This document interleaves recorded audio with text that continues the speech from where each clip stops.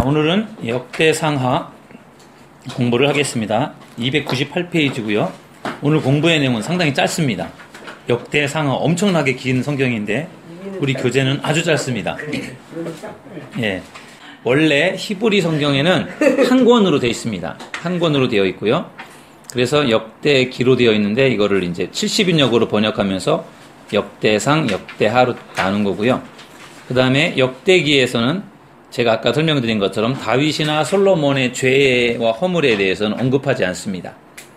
그것은 역대기를 기록한 사람들이 여기에서 가장 중요하게 생각한 것은 왕은 성전을 위해서, 왕이 해야 될 가장 중요한 일은 왕은 성전을 위해서 봉사하고 공헌하는 것, 그것이 왕이 해야 될 가장 중요한 일이라고 생각했기 때문에 거기에 중심을 맞춘 거예요. 왕의 허물, 죄 이런 것들은 그래서 언급이 되어 있지 않습니다.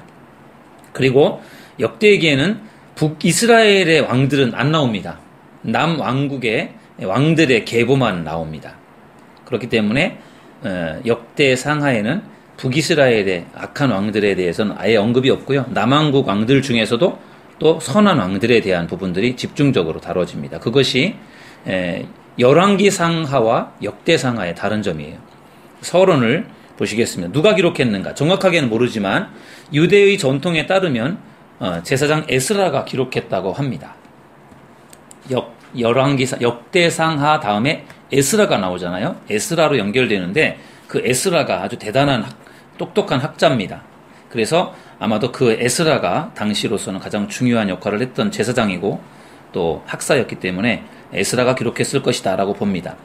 그렇게 말하는 이유는 문체가 이 역대기와 에스라서가 굉장히 흡사합니다.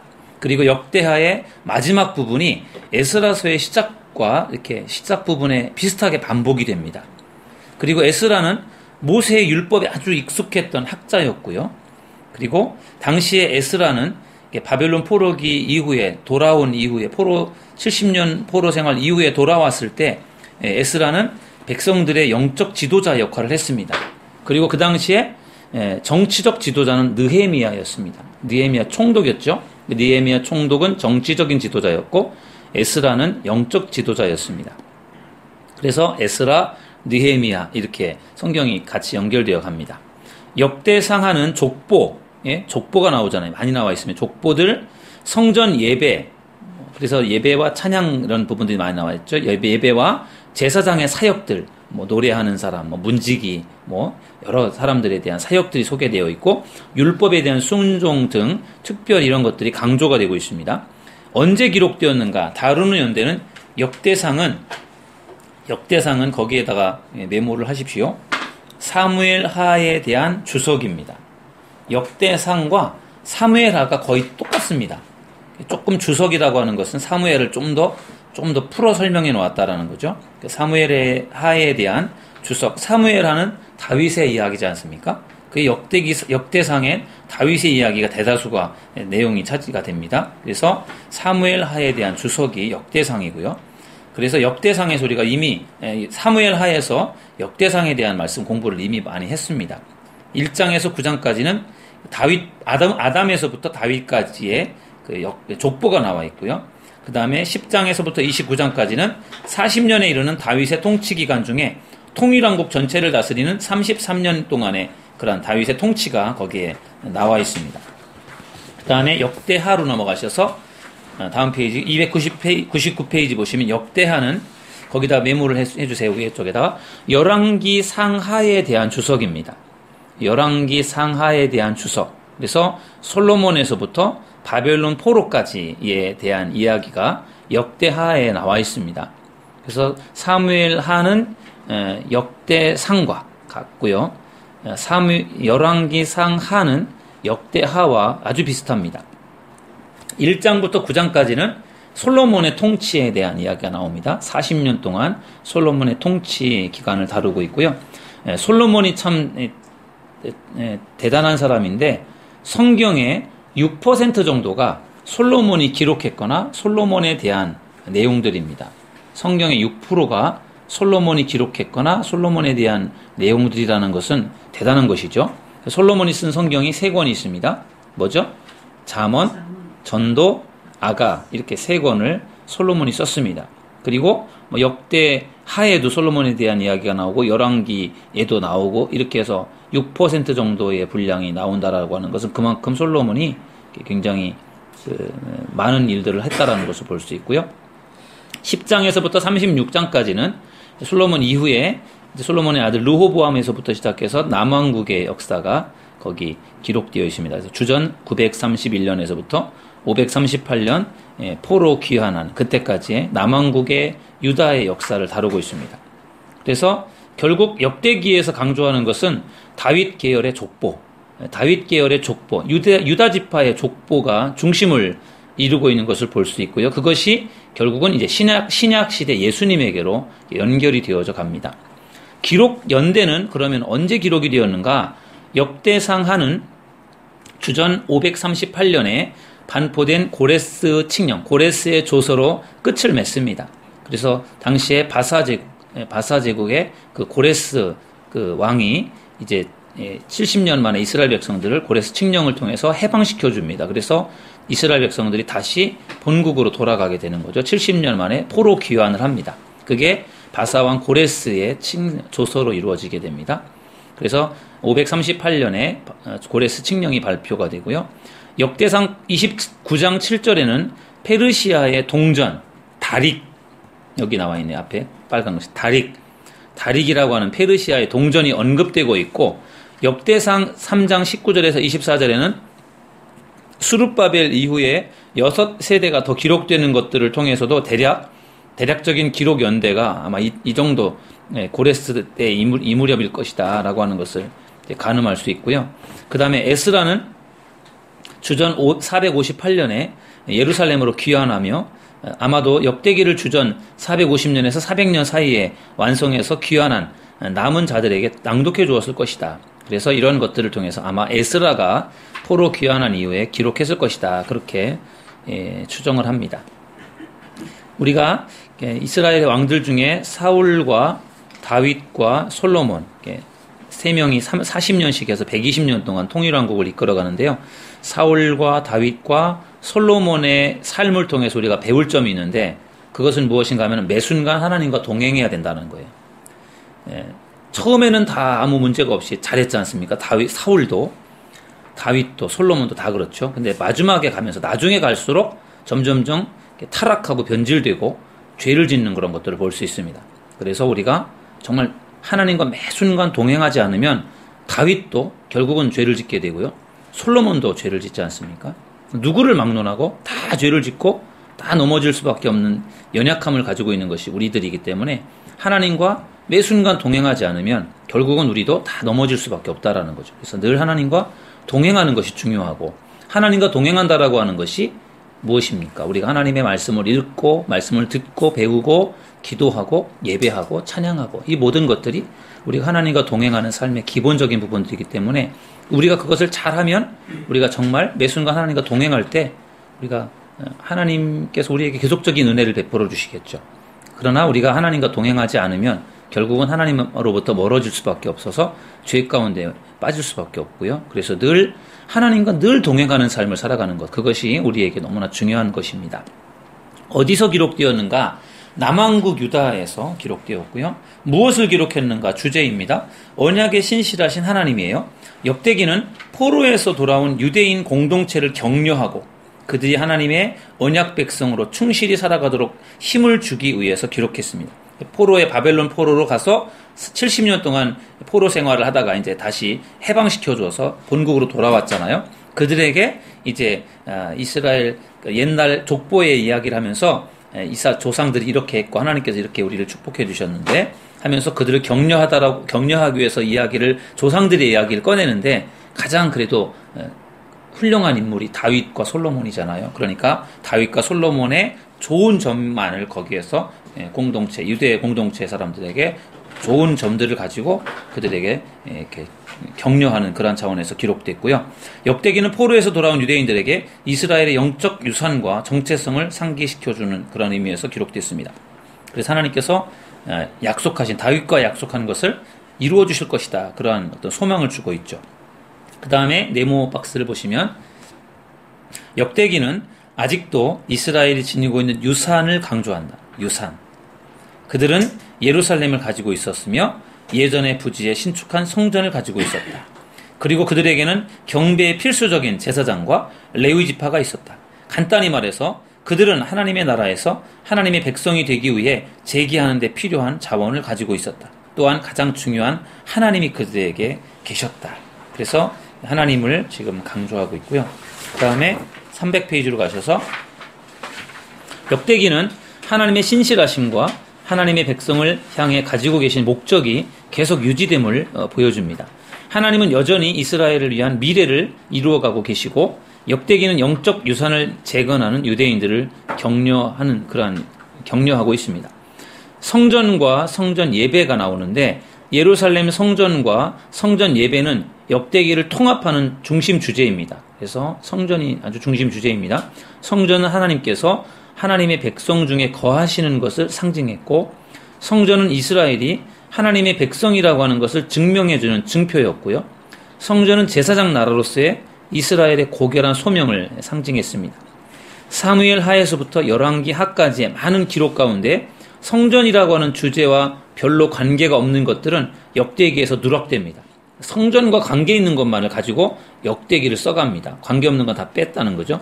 그래서 역대상 11장에서 29장까지는 성전 건축과 성전 봉사를 위해 다윗이 준비한 것들을 다루고 있고요.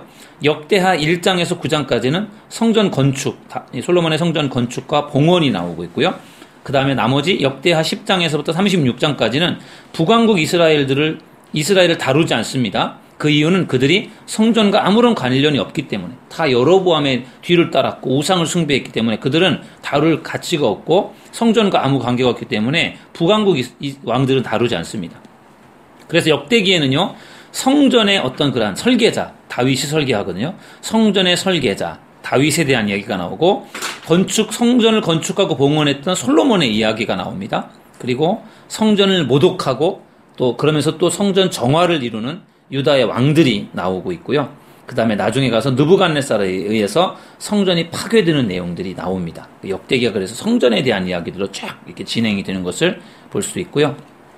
그 다음에 다본을 보시면 남왕국 유다의 역사 가운데서도 아사, 여호사밧, 요아스, 히스기야, 요시아와 같은 성전 예배 회복자들에 대해서 집중 조명합니다.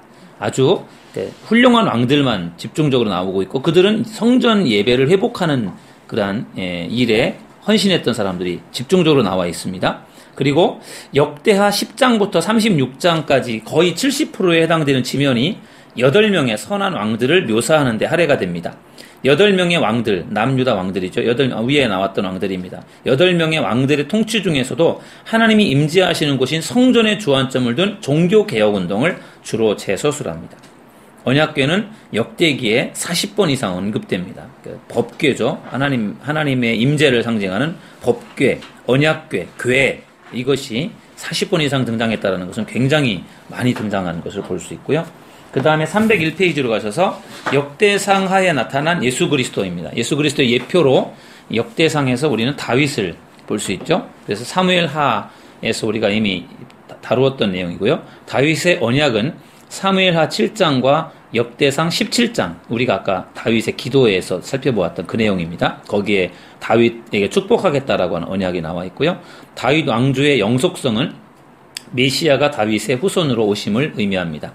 다윗의 후손에서 예수님이 오시는 그러한 것으로 볼 수 있고요.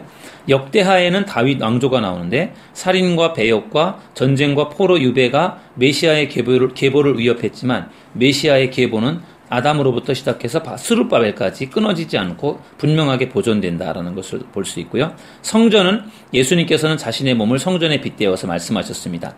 예수님께서는 성전을 대신하시는 분이다. 그래서 역대상하에 나타난 예수님의 예표는 다윗이고 성전이 예수님의 예표가 되겠습니다. 핵심 구절로 역대상 17장 11절에서 14절 말씀 다윗 왕조에게 주셨던 언약이죠. 한번 같이 읽어볼까요? 내 생명의 연한이 차서 내가 조상들에게로 돌아가면 내가 내 뒤에 내 씨 곧 내 아들 중 하나를 세우고 그 나라를 견고하게 하리니 그는 나를 위하여 집을 건축할 것이요 나는 그의 왕위를 영원히 견고하게 하리라. 나는 그의 아버지가 되고 그는 나의 아들이 되리니 나의 인자를 그에게서 빼앗지 아니하기를 내가 내 전에 있던 자에게서 빼앗음과 같이 하지 아니할 것이며 내가 영원히 그를 내 집과 내 나라에 세우리니 그의 왕위가 영원히 견고하리라 하셨다 하라. 아멘. 역대하 7장 14절 읽어보시죠. 내 이름으로 일컫는 내 백성이 그들의 악한 길에서 떠나 스스로 낮추고 기도하여 내 얼굴을 찾으면 내가 하늘에서 듣고 그들의 죄를 사하고 그들의 땅을 고칠지라. 아멘. 302페이지 역대하 17장 9절에 보니까 여호와의 눈은 온 땅을 두루 감찰하사 전심으로 자기에게 향하는 자들을 위하여 능력을 베푸시나니 말씀하고 있습니다. 어떻게 기록되었는가? 역대상하는 대부분이 산문체 설화로 기록되었습니다. 이야기체로 되어 있고요. 다윗을 향한 아마세의 찬송, 다윗의 감사 찬양, 다윗의 감사기도, 성전 봉헌 때 드리는 찬양, 솔로몬이 드린 기도, 이스라엘 백성의 찬양, 르호보암에 대한 이스라엘의 대답, 아람과의 전쟁에서 성가대가 올려드린 찬양, 이런 것들은 시의 형태로 기록되어 있고 나머지는 대부분 산문체 설화로 되어 있고요. 역대상하는 필요한 역사만 선별적으로 다룬다. 이것이 역대상하의 특징입니다. 그래서 제사장적인 관점, 영적인 관점에서 이스라엘의 역사를 재조명합니다.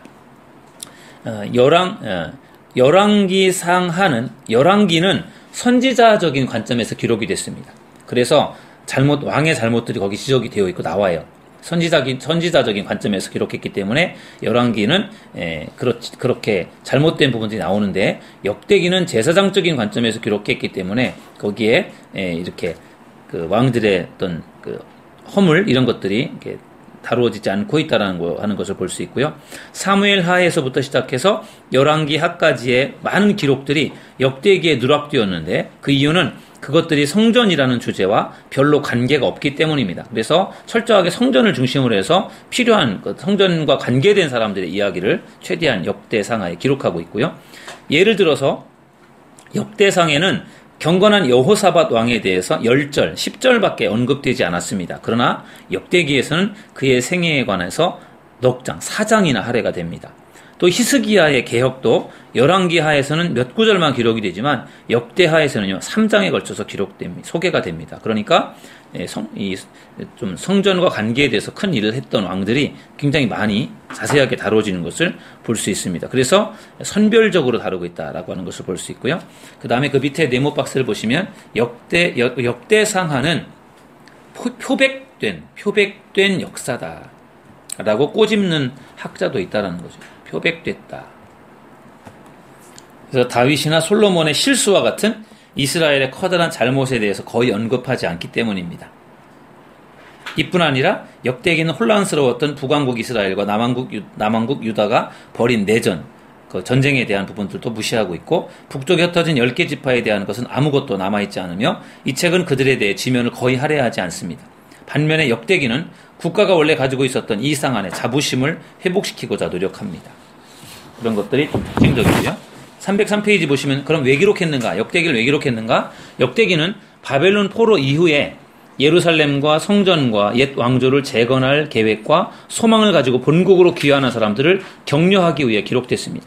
바벨론에서 70년 동안 바벨론의 멸망을 당하고 포로 생활을 했던 사람들이 지금 다시 본국으로 돌아왔잖아요. 그들에게 격려하기 위한 차원에서 하나님께서 다시 회복시켜 주실 것이고 다시 이스라엘을 견고하게 세워주실 것이다. 그러한 어떤 격려 차원에서 족보의 이야기도 한 것이고요. 훌륭한 왕들에 대한 이야기를 통해서 소망을 준 것이죠. 역대기는 하나님께서 인류 역사의 처음부터 바벨론 포로 이후에 이르기까지 하나님을 위해 한 백성을 선택하시고 보존하는 일을 해오셨다라고 하는 사실을 보여줍니다. 이렇게 해서 역대기가 끝나고요. 간단하게 끝난 거는 그 내용적으로 볼 때는 열왕기상, 사무엘하, 열왕기상하에 대부분 나와 있기 때문에 여기에서 자세하게는 안 다뤘고요. 개론적인 부분들을 다뤘습니다. 다른 그 교재에 나와 있는 내용들을 보면서 조금 역대기를 좀 정리를 해보겠습니다. 자, 여기 보시면은 사무엘상에 대한 그 말씀인데요. 사무엘상에 대한 말씀인데 여기 보시면은 1장부터 8장까지는 사무엘에 대한 이야기가 나와 있고 그 다음에 9장부터 31장까지는 사울에 대한 이야기가 나와 있습니다. 그래서 우리 사무엘상의 주인공은 사울이라고 했지 않습니까? 사무엘이 있을 때는 신정이었죠. 사사시대였고 하나님이 통치하는 시대였습니다. 근데 사울로 오면서 왕정 시대로 왕이 통치하는 시대로 바뀌었죠. 사무엘은 하나님께 철저하게 복종하는데 사울은 자기 자신을 의지합니다. 사무엘의 자손들에 대해서 사람들이 거부합니다. 사울은 하나님이 거부합니다. 그런 것이 사무엘과 사울의 다른 점일 수 있고요. 사무엘은 마지막 사사였죠. 그 다음에 사무엘하는 중심인물이 누구였죠? 다윗이죠. 다윗의 어떤 이상적인 사회와 승리, 하나님의 축복에 대한 부분들이 사무엘에 쭉 나오다가 뒷부분으로 가면 고뇌에 사로잡히고 비극, 하나님의 징벌이 나옵니다. 이것의 이유는 바로 여기 11장, 12장에 나오는 밧세바와의 죄, 어떤 간음죄, 이것이 결국은 다윗의 인생을 이렇게 비극의 인생으로 바꿔놓게 됩니다. 그래서 사무엘하는 40년 동안의 다윗의 통치가 나와 있고요. 그 다음에 이제 열왕기상은 솔로몬의 이야기라고 했지 않습니까? 1장부터 11장까지 솔로몬의 이야기가 나오다가 솔로몬의 아들 르호보암 때에 가서 북이스라엘 10개 지파, 남유다 2개 지파로 분열이 됩니다. 그래서 12장부터 22장까지는 분열 왕국에 대한 이야기가 쭉 나오죠. 그리고 열왕기 하로 가면 이렇게 북이스라엘은 왕들이 19명이 있었는데 선한 왕은 한 명도 없었고 결국은 722년에 아수르에 멸망을 당하는 그 내용이고요. 유다는 20명의 왕이 있었습니다. 여왕 1명을 포함해서 20명의 왕 중에 선한 왕이 8명이 있었고요. 여기도 마찬가지로 586년에 바벨론에 멸망을 당하고 포로로 붙들려가면서 열왕기하가 끝납니다. 그리고 이제 오늘 우리가 공부한 역대상이죠. 사무엘하에 대한 주석이고 사무엘하와 역대상을 지금 비교해 놨습니다. 사무엘하도 역대상도 다윗 왕에 대한 이야기입니다. 근데 어떻게 다른가 하면은 사무엘하에는 치세를 강조합니다. 다윗 왕의 통치, 자세한 것들을 다윗 왕의 통치를 다루고 있는데 역대상은요 성전을 강조합니다. 성전에 대한 이야기로 이렇게 집중이 되어 있고요. 그 다음에 계보에 대한 언급이 없습니다. 족보는 사무엘에 안 나옵니다. 역대상에는요 9장에 걸쳐서 족보가 나옵니다. 그리고 사무엘하에서는 밧세바 사건이 터닝 포인트가 되어서 11장, 12장 이후로는 막 다윗의 또 추락하는 거죠. 막 다윗의 타락, 또 징계, 막 이런 것들이 나오는데 역대상에는요 1장부터 9장까지 족보가 나온 다음부터 계속해서 승승장구, 계속 다윗의 좋은 점들만 쭉 나옵니다. 다르죠. 사무엘하와 역대상이 다릅니다. 그 다음에 열왕기 역대하죠. 역대하. 이것은 아까 말씀드린 것처럼 열왕기 상하에 대한 주석이에요. 그래서 사실은 역대상하는 안 읽어도 내용적으로 볼 때는 우리가 사무엘 상하, 열왕기 상하를 읽었으면 역대하를 안 읽어도 큰 문제는 없어요. 왜? 여기 다 나와 있거든요. 그래서 솔로몬에서부터 시작해서 바벨론 포로 시기까지의 그 역사를 다루고 있다는 점에서 열왕기 상하와 역대하가 다 같아요. 열왕기 상하는 역사적인 부분들을 다루고 있다면 역대하는 논설적인 그런 부분들로 되어 있고요. 남북 왕국을 모두 포괄해서 열왕기 상하에서 다 다루잖아요. 근데 역대하는 남유다만을 다룹니다. 치세를 왕의 통치에 대해서 강조하고 있는데 역대하는 성전을 강조하고 있어요. 열왕기 상하에는 남북 왕조 모든 왕 39명의 왕들을 다루고 있는데 역대하에는요 남왕국의 왕들 20명만을 다룹니다. 열왕기 상하는 아까 나왔던 거죠. 선지자적인 관점에서 잘못한 것까지도 다 지적하고 다루고 있는데 여긴 제사장적인 입장에서 다루다 보니까 좀 열왕기 상하와 좀 다릅니다. 관점 자체가. 그래서 그런 점들이 열왕기 상하와 역대하의 좀 다른 점이다. 그렇게 볼 수 있고요. 이건 이제 우리가 다음번에 할 에스라는 이제 포로 귀환을 해서 다시 성전을 다 무너졌던 성전을 다시 짓는 그러한 일이기 때문에 요거는 나중에 우리가 공부하겠고요. 한 가지를 더 보겠습니다. 분열시대 저희가 지난주에도 조금 봤어요. 근데 조금 더 볼게요. 분열시대 지금 사울왕과 다윗왕과 솔로몬왕의 통일왕국 시대를 지나면서 르호보암 때에 가서 북이스라엘과 남유다로 분열이 됩니다. 왕관이 잘라졌어요. 분열됩니다. 그리고 이제 두 왕국으로 되는 거죠. 그래서 여기 분열됐고 북이스라엘에는 악한 왕이 19명, 사마리아 수도 그리고 아수르에 의해서 720년에 멸망을 당하는 그런 부분이고 그 단과 베델에 제단을 만들어 놓고 거기서 우상을 숭배했던 그런 부분들을 볼 수 있고요.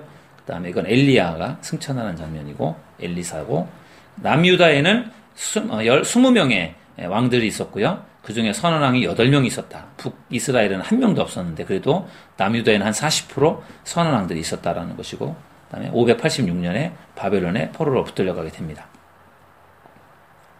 이렇게 이제 비참하게 붙들려가게 되죠. 이거는 이제 아까 엘리야의 승천하는 장면이고요. 여기 보면은 이제 그 선지자들, 우리가 이제 소선지서, 대선지서 가서 이제 공부할 내용들인데요.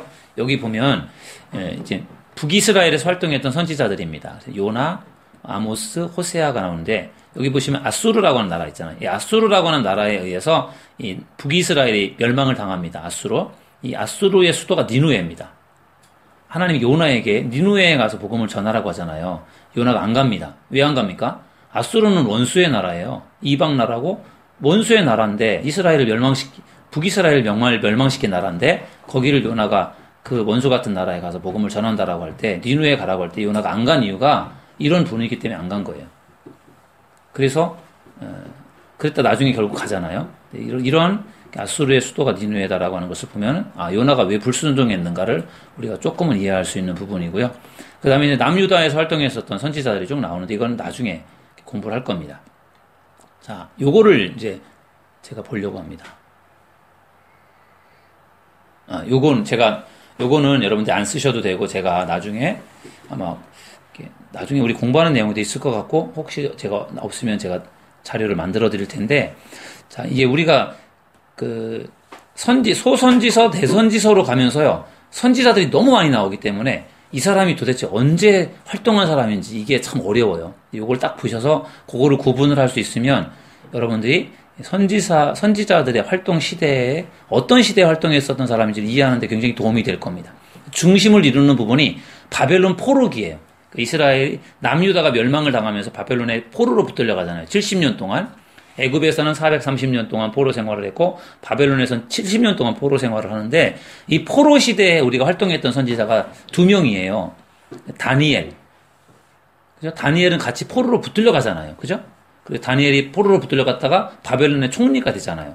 다니엘이 포로 시대 때 포로로 붙들려간 사람 중에 한 사람이고, 에스겔도 마찬가지로 포로로 붙들려간 사람입니다. 그래서 다니엘서에 보면은, 에스겔서에 보면 그발강가, 그 바벨론의 그발강가에서 환상을 보잖아요.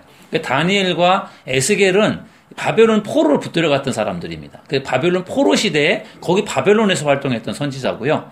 그 다음에 이 포로 시대 이후에요. 포로가 끝나서 바벨론으로 포로 생활에서 해방돼서 돌아온 이후에는 학개, 스가랴, 말라기 이 세 명이 포로기 이후에 활동하는 선지자 3명밖에 없어요. 구약 성경의 맨 끝에 3명이잖아요. 학개, 스가랴, 말라기. 이 3명은 포로기 이후에 활동하는 선지자이기 때문에 성전 건축에 관계된 그 이야기들을 합니다. 다시 돌아와서 성전을 지어야 되니까. 그래서 바벨론 포로로 돌아갔다가 포로로 붙들려갔다 돌아왔을 때 이제 다시 성전을 건축하는 일들과 이스라엘을 다시 회복하는 일들, 거기에 관련된 예언을 하는 사람들이고요. 학개, 스가랴, 말라기는. 그러니까 포로기 이후다라는 거 하는 걸 보면 이 사람들이 가서 예언하고 백성들에게 하는 이야기들을 이렇게 보면은 좀 더 훨씬 이해가 될 겁니다. 그리고 나머지는요, 다 포로 이전이에요. 나머지 선지자들은 다 포로 이전입니다. 그러니까 극도로 타락하고 멸망을 당할 그 무렵에 계속해서 하나님의 심판을 경고하고 회개하라고 촉구하고 그런 역할을 했던 사람들이 다 여기 선지자들이에요. 대부분의 선지자들이요. 그러니까 바벨론 포로 시대에 활동했었던 다니엘과 에스겔. 예레미야는 포로로 붙들려간 이후에 막 울고 슬퍼했던 그런 부분들이 여기 이제 에레미야 애가가 속한다라고 하는 거고, 멸망을 당할 때 다니엘과 에스겔이 포로기에 활동했던 선지자고, 학개, 스가랴, 말라기 구약의 맨 끝에 있는 3명의 선지자는 포로 이후의 선지자고, 나머지는 다 포로 이전이다. 그리고 여기 또 구분을 한 게 분열왕국 시대가 있고 남왕국에서 활동한 사람들 있잖아요. 이것은 나중에 또 공부할 거니까 그냥 묶어서 포로 이전이다라고 그렇게 이해를 하시면 그들이 메시지를 전하는 그런 것들이 왜 그런 이야기를 하는 건지를 이해를 좀 할 것입니다. 그래서 이렇게 선지자들의 메시지를 우리가 구분해서 볼 수가 있겠고요. 이렇게 해서 이제 우리가 오늘 공부할 역대기를 공부를 다 했습니다.